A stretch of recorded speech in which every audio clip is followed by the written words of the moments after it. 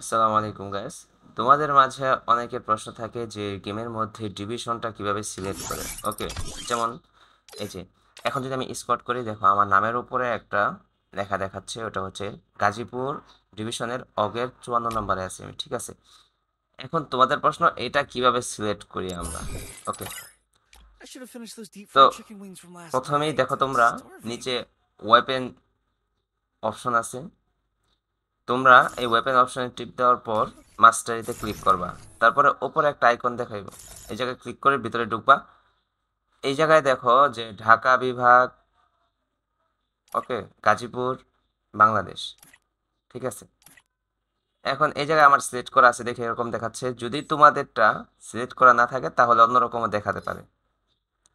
কিন্তু ডান পাশের যে একটা লোগো দেখতেছো, লোকেশন, তো এই লোকেশনটা তোমরা সব জায়গায় পাইবা। এই জায়গায় ক্লিক করলে দেখবা তোমরা এই জায়গায় বাংলাদেশ আছে, রিজিয়ন, তারপরে বিভাগ, ঢাকা বিভাগ, তারপরে এই জায়গায় সাব ডিভিশন।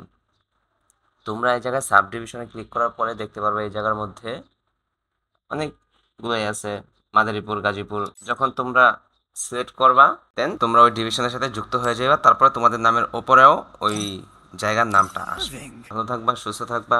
আসসালামু আলাইকুম।